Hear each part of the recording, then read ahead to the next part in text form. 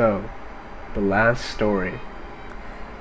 This game is an RPG for the Wii that's been developed by Mistwalker, a studio whose claim to fame comes from their lead man called Sakaguchi, who you may know as the creator of Final Fantasy.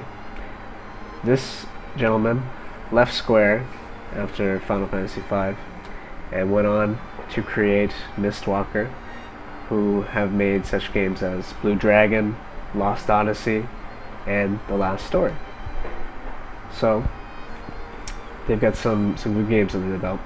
This one in particular is the one I'm going to talk about. It's more of an action RPG. So the combat is fast-paced. It's hectic a little bit, but in a good way. Everything feels new, feels fresh, which is a stark comparison to the previous game, Lost Odyssey, which really tried to stick to, you know, the basic fundamentals of a Japanese RPG, like the turn-based combat and everything like that. This game tries in every way to deviate from that, so it's really fun. The combat is based on, well, your character auto attacks, so he goes in there. It's based on strategy, so you're determining when to block, you're determining when to run away, to dodge, and you're also the nice thing about it is you're able to control your teammates. So when your skill bar fills up after so long a battle, you're able to control your teammates and say, hey, do this, use this skill, and it's pretty great that way. The combat system not only is around swordplay, but also focuses on magic.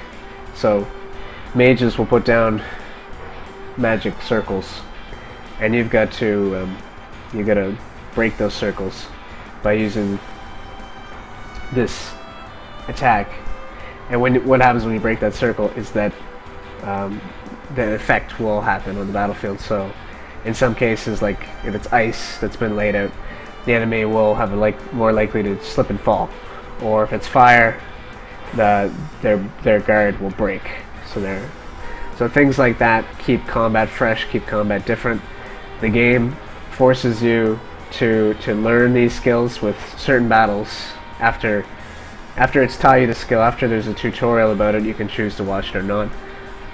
It puts you in a battle that tests that skill out. You know, so a lot of battles play out differently. Each battle feels interesting, feels new, and throughout the whole game, the really nice thing about it, you don't see this much, it's like you're getting new skills. Like you're learning something new as you play. Even well into the game, you're getting something new to play with, something new to use against your enemies. So that's something that keeps the game really good. That plays into the fact that the pacing of the game is really well done as well. So the way the story and the way the gameplay and everything, as the story goes on, you grow. You know, so does your character, because you're always learning new skills, that sort of thing. Because this is an RPG and not just a generic action RPG, there's a lot of customization. There's a lot of there's XP at the end of every battle doled out. There's leveling up, that sort of thing. The main way that you're going to be leveling up your character and improving the way he fights is by improving your weapon. So your sword, you're going to switch that out and you're going to upgrade it with certain materials. So you're going to find materials in the battlefield after battles, during battles, and that's going to let you upgrade your weapon, upgrade your armor, different stuff for different pieces of armor, different weapons. It's fairly complicated. I mean, it's complex enough to keep you busy, keep you doing it, and you will need to do some item management and upgrading before later parts of the game, because it does become quite difficult in a lot of ways. Even though the game starts out easy, it really does build up so that you're learning as you go and you don't feel overwhelmed or anything. There's no crazy difficulty change or anything. So that's a great way that it does that. It always keeps the story at the forefront of the experience too, and that's one of the big things about the last story. Is the characters feel nice, they feel fleshed out. You learn everything about them, their backstories, through side quests that tie into the main story. You feel like you know each individual protagonist and antagonist in the game, and you care about the characters. And the story's not, it's a little bit cliche, knights and sorcery and that sort of thing, but at the same time, there's a lot of interesting points to it that you maybe not expect, and maybe that are seemingly fresh. The game tries to do a lot of the things, like I said, with its gameplay, but also with the story. So it takes a lot of good stuff and treads new territory. That's great. I will say that the gameplay, because of all the interesting stuff you can do, sometimes you might feel a little lost, or you may do something that you didn't mean to do. Like, for instance, there's a skill where you can run up a wall and slam down and do an attack on an enemy, and I've done that a few times, accidentally. Things like that can happen at times, but on the whole, combat works really well, and I don't have too many gripes with that. So the story is excellent. The visuals in the game. Okay, this game, it's running on the Wii. Okay, so this is again a big contrast to what they had before with Lost Odyssey. That was a partnership with Microsoft, where they got to develop for the Xbox 360 fairly early in its life cycle, and they made a really nice looking game with a big budget and a lot of really good stuff. So that game looked gorgeous. This one here it's a great looking game. Don't get me wrong, but it's stylized. It's more stylized. It's more it's limited by the Wii's hardware for sure. So the Wii can be a little bit of a restriction in this case, but the game still looks beautiful in a lot of ways.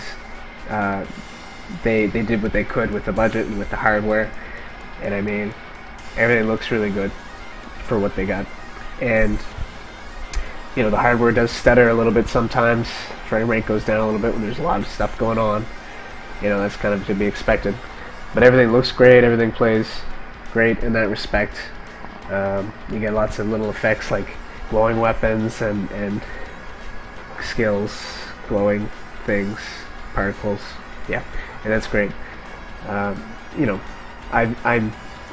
not sure if it's even up there with, say, Final Fantasy 12, which is, that's a beautiful game. That's like, that was released at the end of the PS2's life cycle, and that, that stands up really well to this game. I think, this is completely different hardware, but, and you gotta imagine too, Square Enix has got a lot bigger budget than Mistwalker does. Mistwalker is a very small studio comparatively. So, but anyway, the visuals are definitely something good. But they could have, they could have been better if they would have stuck with a more powerful system or had a bigger budget. I think. Yeah, I'm not sure if they could have pushed them any farther on the Wii, but it looks good. It looks good on the Wii. So, as far as the audio goes, the soundtrack for this game is great. It's developed by Nobuo Uematsu, and this guy has done the soundtrack for like most of the Final Fantasy games, like the large majority, maybe all of them. I'm not entirely sure, but he does an excellent job every time. So he's doing this game, the last story. He's taken a little bit of interesting twists. Like, he's got a few songs that are a little bit different too in the soundtrack, but he does an excellent job overall. It's to be expected. It's a great composer and everything. So it's got some great music worth listening to, worth checking out the soundtrack if you want to. And so yeah, no problems there at all. It's great. You know, the game overall, you know, it has excellent. It has a good. It has a great story. I'm not saying it's like the most amazing story ever, but you know, it has well fleshed out characters. It has moments where you care about those characters, and it has a story that never gets pushed to the side. Like in a lot of RPGs, you know, you're doing side quests, you're doing quests, you're running around or whatever. Sometimes you forget what's actually going on. What are you doing? You know, but this game, no, you're always gonna know what's going on. But there's plenty of side quests too. You know, there's there's the arena that you can visit. This isn't a 100-hour game, but it's a good 30 hours. I don't know, probably do 45, 50 if you do everything. If you do want to do absolutely everything. But the story is always there. It's always present. The game has a multiplayer option. So the combat in the game is that good, you know, that they decided to include a multiplayer option. You know, it feels tacked on a little bit, but what do you expect? This is a single-player experience typically. It's an RPG, and it stands up well like that. But with the multiplayer, it's just icing on the cake. You know, you can go online and do a deathmatch against others, or you can do co-op against the bosses in the game, and it works really well. You know, it's not entirely balanced, but you have like a ton of characters to choose from. Many characters. Some of them better than others. They have different skills and abilities and stuff. It's great. Like I said, it's, you know, it's not going to be the most amazing multiplayer, but it works on the combat that you've seen in the single player, and it does a really good job of that. So it's definitely worth trying out. Definitely worth you know, having it there as opposed to not having it. It's interesting. So the single player experience itself, though, like I said, the story is good, the visuals are good, the audio, you know, you got a master making the soundtrack, so it sounds great. Lots of little things like in the game that make you laugh. You know, it's a light-hearted RPG. It's not like super serious, but it can be at times. But there's lots of moments where you laugh. There's, you know, there's interesting characters, funny characters. And little things like if you walk into a sign, Zale will, is the main character, Zale will like hit it, you know, and he'll be like, ow. Stuff, little things like that.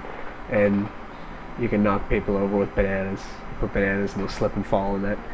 Like, just things like that. The attention to detail is really good.